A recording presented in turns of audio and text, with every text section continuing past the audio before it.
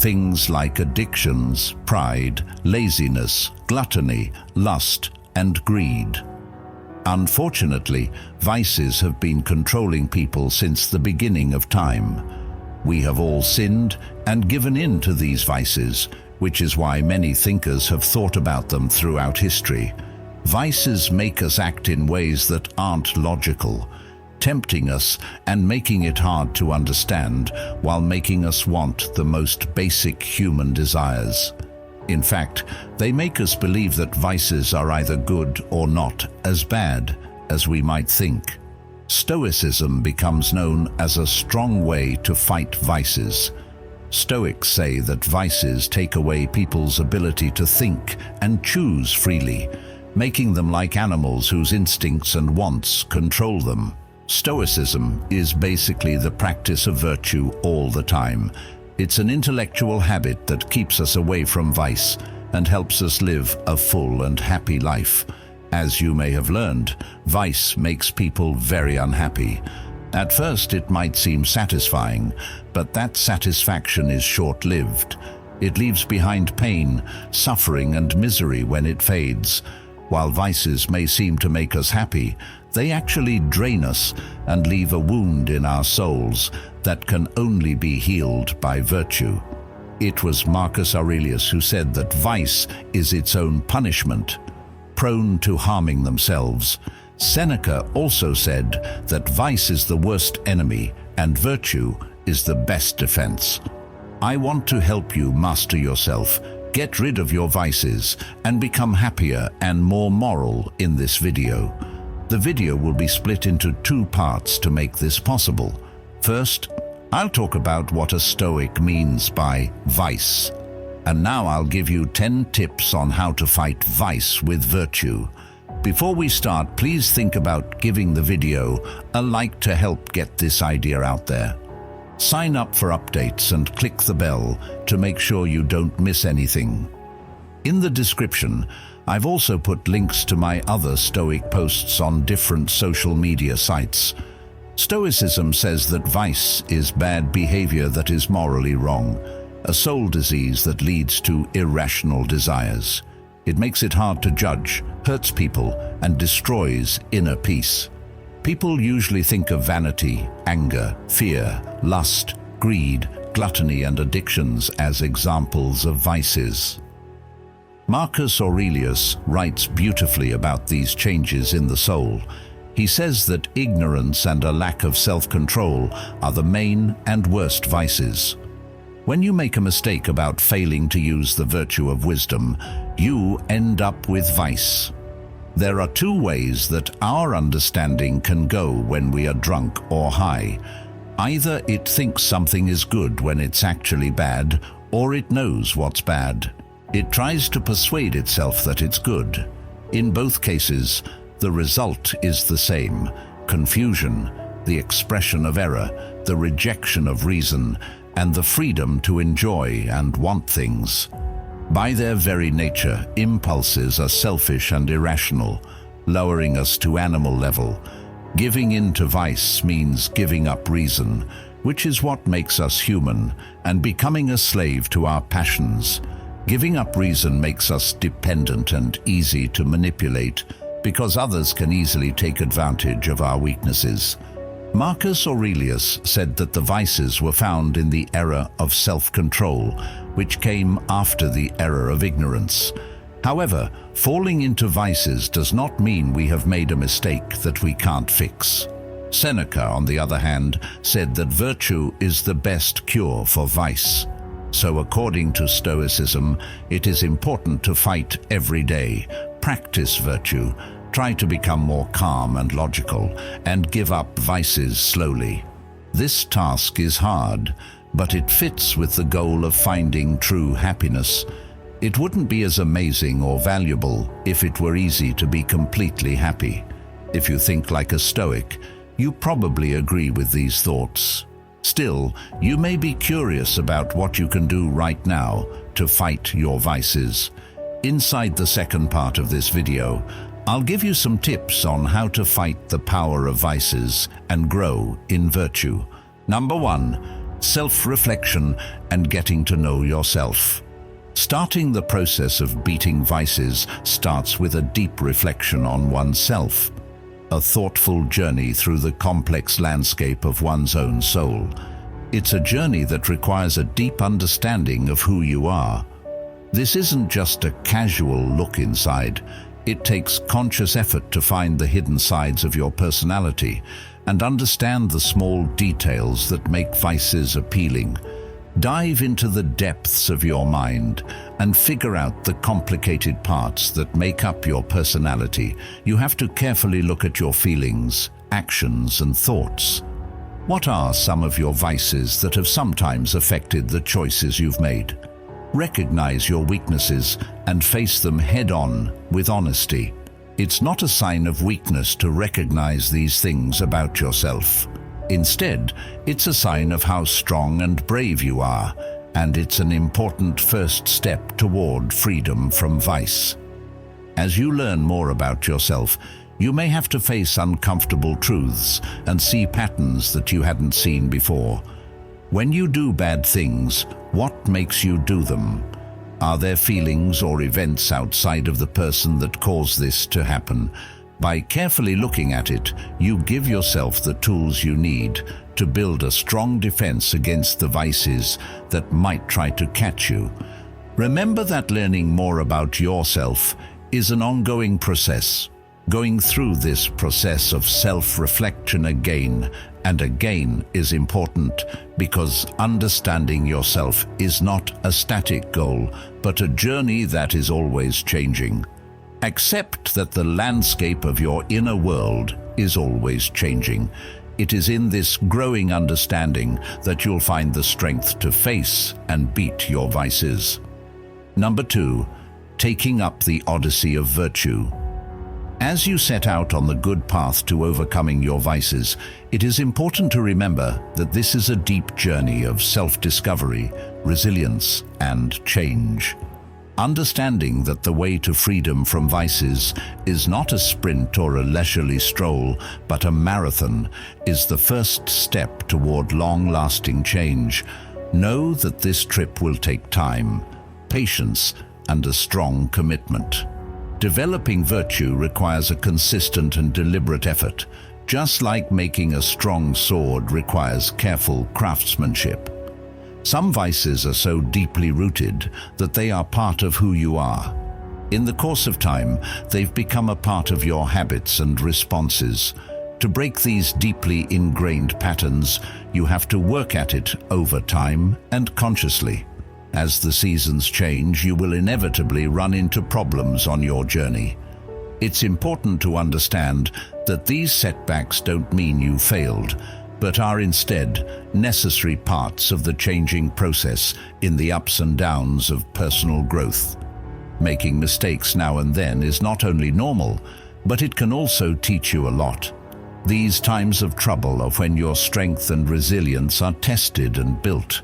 Perseverance becomes your constant friend, a guiding force that moves you forward even when the path seems hard. Know that the journey isn't just about the wins, it's also about the lessons you learn when you're weak. Accept setbacks as important opportunities to learn more about yourself. See them not as impossible problems to solve, but as steps toward greater self-mastery. Think of this trip as an investment in your own health and a chance to discover the huge range of possibilities that exist within you. As a skilled navigator plots a course through uncharted waters, you must also use courage and determination to find your way through the complicated landscape of your mind. It dawns on them that the Odyssey of virtue is not just a destination, but a journey that changes them all the time, a sign of how strong you are in the long run. Number 3. In the confusing path of overcoming vices and making a deep connection with your motivations, finding the beacon of purpose becomes like a North Star, guiding your ship through rough seas. Dig deep into your soul to find the real reasons that drive you to pursue virtue. Once you know what drives you, these reasons become a lighthouse of purpose that shines on the dark side of vice's temporary pleasures. Start this journey of self-reflection by thinking about the main question: why do you want to get rid of these bad habits? What drives you to be good is what keeps you committed to being good. And understanding them is like making the foundations of a strong castle stronger against the attacks of evil. Your reasons may be as different from one another as the stars in the sky at night. Whether it's a desire for long-lasting happiness, a dedication to personal growth, or the goal of making deep connections with other people, each of your unique motivations is a source of strength.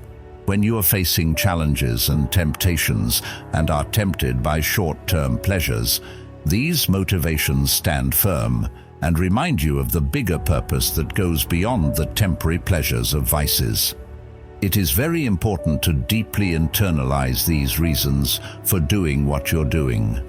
This will help you feel stronger when things get tough. You might want to write a personal manifesto, which is a list of your goals and the deep reasons you want to be good. This written testament serves as a physical reminder during times of weakness, tethering you to deep convictions that are stronger than the allure of instant gratification. Accept your drives as the guardians of your virtue, realizing that the search for long-lasting happiness is worth a lot more than the short-term pleasures that vices offer in your journey. These reasons give you a sense of purpose and strength, leading you to the shores of lasting happiness instead of the dangerous waters of short-term pleasure. Number 4, you need to set goals that are attainable as you weave your way to virtue. Setting clear goals is an important part of pursuing something because it gives you purpose and direction. Setting goals that are attainable is like making a plan for how to get through uncharted waters. It takes careful and deliberate navigation to reach the shores of virtue. Let's start setting goals and learning about the fine line between being difficult and being successful. Start by thinking about the bigger picture of your good intentions. What does getting to the point of virtue look like for you? What specific parts of your personality and behavior do you want to change?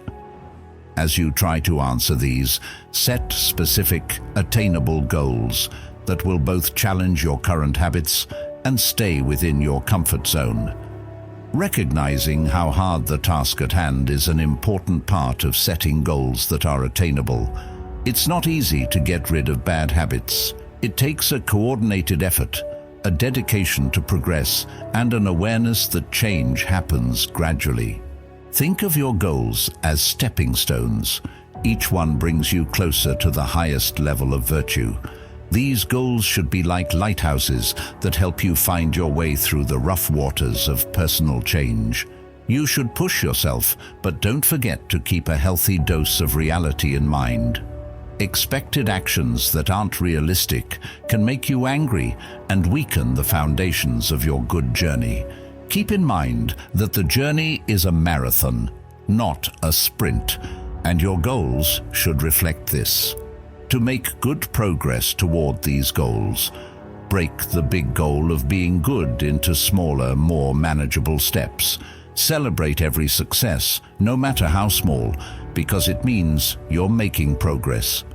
This step-by-step approach not only gives people a sense of accomplishment, but it also makes sure that the pursuit of virtue stays a worthwhile activity. When you make these goals, think about how your own journey will be different from others. Your goals should be in line with what drives you and with the bigger story of your moral journey. When you reach a goal, it strengthens your commitment to virtue and gets you ready for the next challenge. Let these goals be like notes in a grand symphony of your pursuit. They should fit in perfectly with the melody of your aspirations and lead you through the beats of personal growth. Take advantage of the way realistic goals can help you find virtue, while also recognizing that your journey to change will happen over and over again. Number 5. Start out slowly. Starting to change slowly is the smart thing to do in the complicated dance of transformation, especially when caught in the web of vices. A careful and nuanced progression that makes me think of building a mountain out of sand grains. Marcus Aurelius, a wise man, supported this way of thinking, which becomes your guiding philosophy as you start your path to living a good life. Think about how deeply rooted vices are in you. They are made up of habits, urges, and emotional responses that are so strong that they are part of who you are. To untangle these complicated threads, you need to be patient and plan ahead. Think of the process as sculpting a masterpiece. Each careful stroke adds to the final product, which is a good work of art. To start, pick out a specific vice that you want to work on, instead of trying to cut all ties with it at once. Choose a reduction or modification that is done in stages. For example, if you want to stop putting things off, start by setting aside specific times to work on one thing at a time. Then gradually add more time to this disciplined routine. Marcus Aurelius's comparison of building a mountain out of sand grains is a great way to explain how things change over time. Break the big goal of getting through the ice into smaller steps that you can handle. Even though these small changes may not seem like much on their own, they add up to make a huge change in behavior. This slow approach is useful for more than one reason. The first thing it does is recognize that big changes take time and effort. Second, it makes it possible for an easier adjustment, trying to keep your system from being too shocked by sudden changes. Third, it gives you a sense of mastery because each small victory boosts your confidence and makes you more determined. As you move forward, look back at your journey every so often. Think about the progress you've made and the lessons you've learned. This practice of reflection makes sure that your approach stays flexible and changes as your understanding of yourself does. The beauty of this slow rise is not just the fate that was chosen, but also the way it changed things. Like a sculptor improving a work of art or a composer writing a symphony. Enjoy the intricate craftsmanship of your good deeds.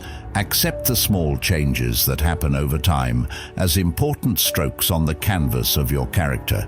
Each one adds to the beautiful picture of a life lived in pursuit of virtue. Number 6. Avoid stressful situations. When it comes to living a good life, the architecture of your surroundings is very important to keep yourself from giving in to the calls of vices. Wise advice comes up. You can avoid situations that could lead to a relapse by changing your habits and the places where you spend time. When you do this strategic recalibration with courage and determination, it becomes a key part of your fight against the siren call of temptations. Recognize that the places you live and the habits you have there are not just background, they are actively shaping how you act. Start the process of changing by thinking about the places or situations that have historically fed your vices. Pinpoint these triggers with complete honesty, whether it's being alone late at night that leads to bad habits, or certain groups of people that make temptation stronger. Once you know what it is, find the courage to make changes on purpose. You might want to change your daily routine to avoid or lessen these high-risk situations. If you tend to put things off until the wee hours of the morning, make it a habit to follow a strict evening routine that puts rest and recovery first. In the same way, if your social settings make bad habits more appealing, you might want to rethink your activities and spend more time in places that encourage good habits. Being self-aware and having the guts to change yourself is needed for this process.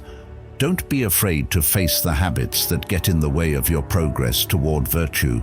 Being brave isn't just about standing up for what you believe in. It's also about changing your environment so that it fits with your goals. Build places that are strong defenses against temptation. Create places on purpose that encourage good habits and keep bad ones from taking over. If you want to be more focused at work or more calm in your home, think of your surroundings as blank canvases that are just waiting to be painted with the virtues of living a good life. Remember that this journey of change requires you to be flexible. Be willing to change your environment as you learn more about how you are changing. Take on the challenge as a chance to be creative. Each change you make will be like a brushstroke that adds to the masterpiece of your good life. Number 7. Making the choice to stay away from people who promote vice becomes a key compass point in the complicated path of living a good life. Real care for someone goes beyond just being there for them. It means that you really want their well-being. Realizing that people who promote vices might be blocking your path to real happiness is a brave step toward building a life based on virtue. Start by taking an honest look at your social circle. You should figure out who the people are that tend to push you toward bad behavior, whether they mean to or not. Figure out how their presence affects your path to living a good life. Knowing that your own health and the health of those you share your journey with are connected is an important part of truly caring for yourself and others. Start the process of detachment with courage. Please understand that this decision is not an accusation, but rather a choice to protect oneself and grow as a person in the pursuit of virtue. You should surround yourself with people whose influence matches your goals, making a space that encourages good habits and shared values. Getting away from people who help others is a sign of high self-respect. It means realizing that if you want to be truly happy, you have to be careful about what energies and influences you let into your life. As a garden does better when it is free of weeds that take over, your journey to virtue does better when you are free from relationships that help you do bad things. Accept the freeing power of choice. You are committed to living a good life because you have chosen to stay away from people who help others do bad things. That's not an act of judgment. It's a choice to make sure your path fits with your values. While this recalibration is hard, it makes it possible for your personal journey to grow and in turn improves the well-being of everyone involved. Don't forget that the process of detachment changes over time. You learn more about the relationships that shape your environment as you grow.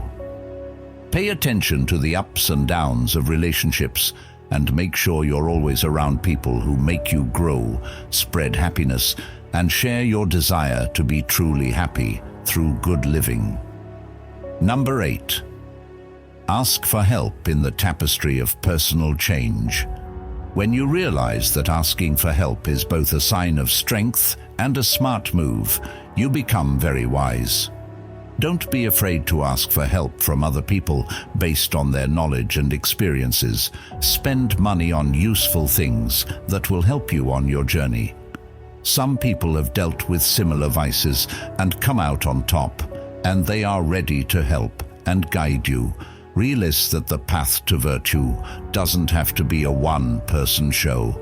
Vices can cause a lot of problems, and the combined knowledge of others can help you find your way through the complicated parts of your own journey. Find people in your network, like friends, family, mentors, or co-workers, whose views are similar to yours when it comes to living a good life. Being open and vulnerable is important during this process. Talk about your goals, your problems, and the specific bad habits you want to get rid of. By doing this, you make room for the wisdom of many people to shine on your path. People who have been through similar things can give you advice based on their own experience. giving you the tools and strategies you need to make it through your own journey. Asking for help is not a sign of weakness. It shows that you want to grow. It means realizing that different points of view and the strength of a community of support make the path to virtue more interesting. Take advantage of the chance to learn from the successes and failures of people who have been through similar problems. You might want to talk to someone, join a support group, or get professional help. Therapists, counselors, and life coaches are trained to give you individualized help and are equipped with the tools to help you overcome your vices. Their unbiased opinions can help you understand things better and give you hope. Don't forget that you're not going through this journey by yourself. The combined knowledge of others becomes a source of strength, creating a sense of community and a common goal as you work through the challenges of beating vices. Take comfort in the stories of people who have been through similar things and let their advice help you live a good life. Number 9. Know the difference between pleasure and satisfaction. A key realization comes to you as you navigate the maze of good living. You need to be able to tell the difference between short-term pleasure and long-term satisfaction as you consciously stay away from vices. Explore the huge difference between these two states of being, and remember that the search for virtue is closely connected to the growth of lasting happiness.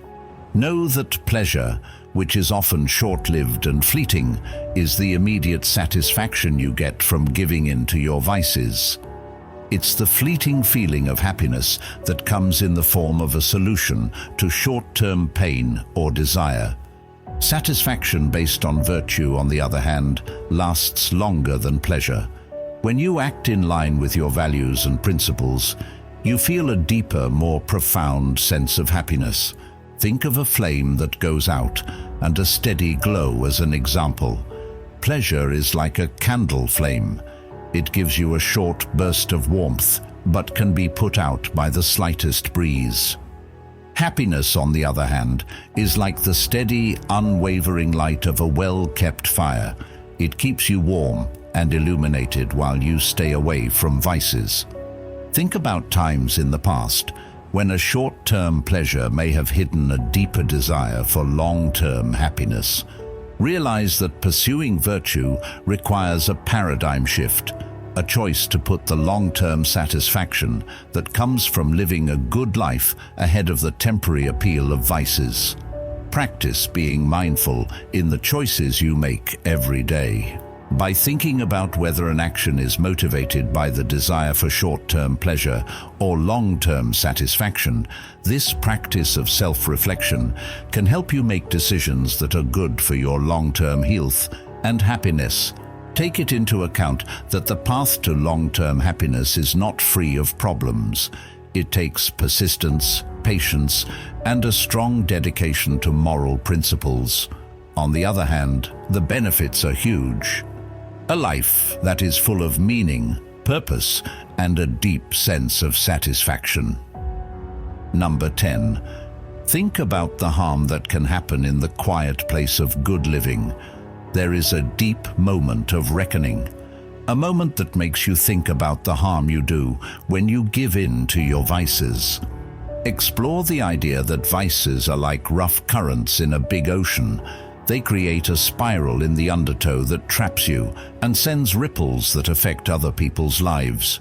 When someone chooses virtue, they start a good journey for the greater good, realizing that morally sound decisions can change things for the better.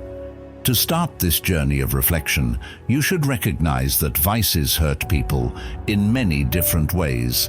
Think about how it affects your health, how it stops you from growing as a person, how it stops you from being truly happy, and how it slowly destroys your character. At the same time, think about how your actions might affect your friends, family, and the community as a whole. Think of vices as threads in a tapestry that tell a story of pain and strife.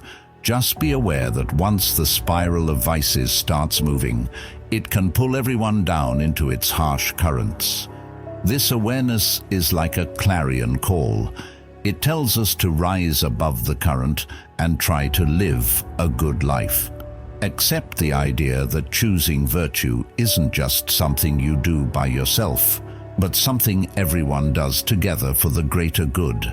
Every choice to stay away from bad things is like a ripple, a good force that fights against the currents of discord. When you look for the greater good, you become a positive force that moves the story toward harmony and well-being. Take some time to think about how you and the world around you can change. Think about the other option, a life full of the effects of bad habits, keeping a cycle of harm and anger going. As a strong cure, choose virtue, a force that can break the chains of negative patterns and bring in a wave of positive influence. The discussion on controlling vices stands out as a deep and life-changing thread in the rich tapestry of Stoic philosophy. Philosophers like Seneca, Epictetus, and Marcus Aurelius all wrote about the Stoic view, which has timeless wisdom that goes beyond its historical roots. Stoics believed that self-discipline and living a good life could change people for the better. Seneca's emphasis on conquering vices shows this idea. It fits with the Stoic idea that the only way to find true happiness is to overcome one's own problems. Epictetus gave a very clear picture of how destructive habits can hold you back by saying that vices are like chains that hold back freedom and inner peace. Stoicism is a way of thinking that basically wants to free the soul from these chains that it puts on itself. This freedom leads to peace and control over oneself. Marcus Aurelius looked at vices as weaknesses that must be overcome in order to become great and wise. This is similar to the Stoic idea that virtue is not just an idea, but a force that drives people to reach their fullest potential.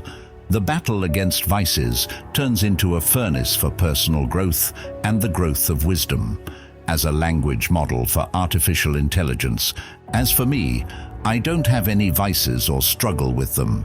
But I like the Stoic ideas, which stress self-awareness, toughness, and the search for virtue.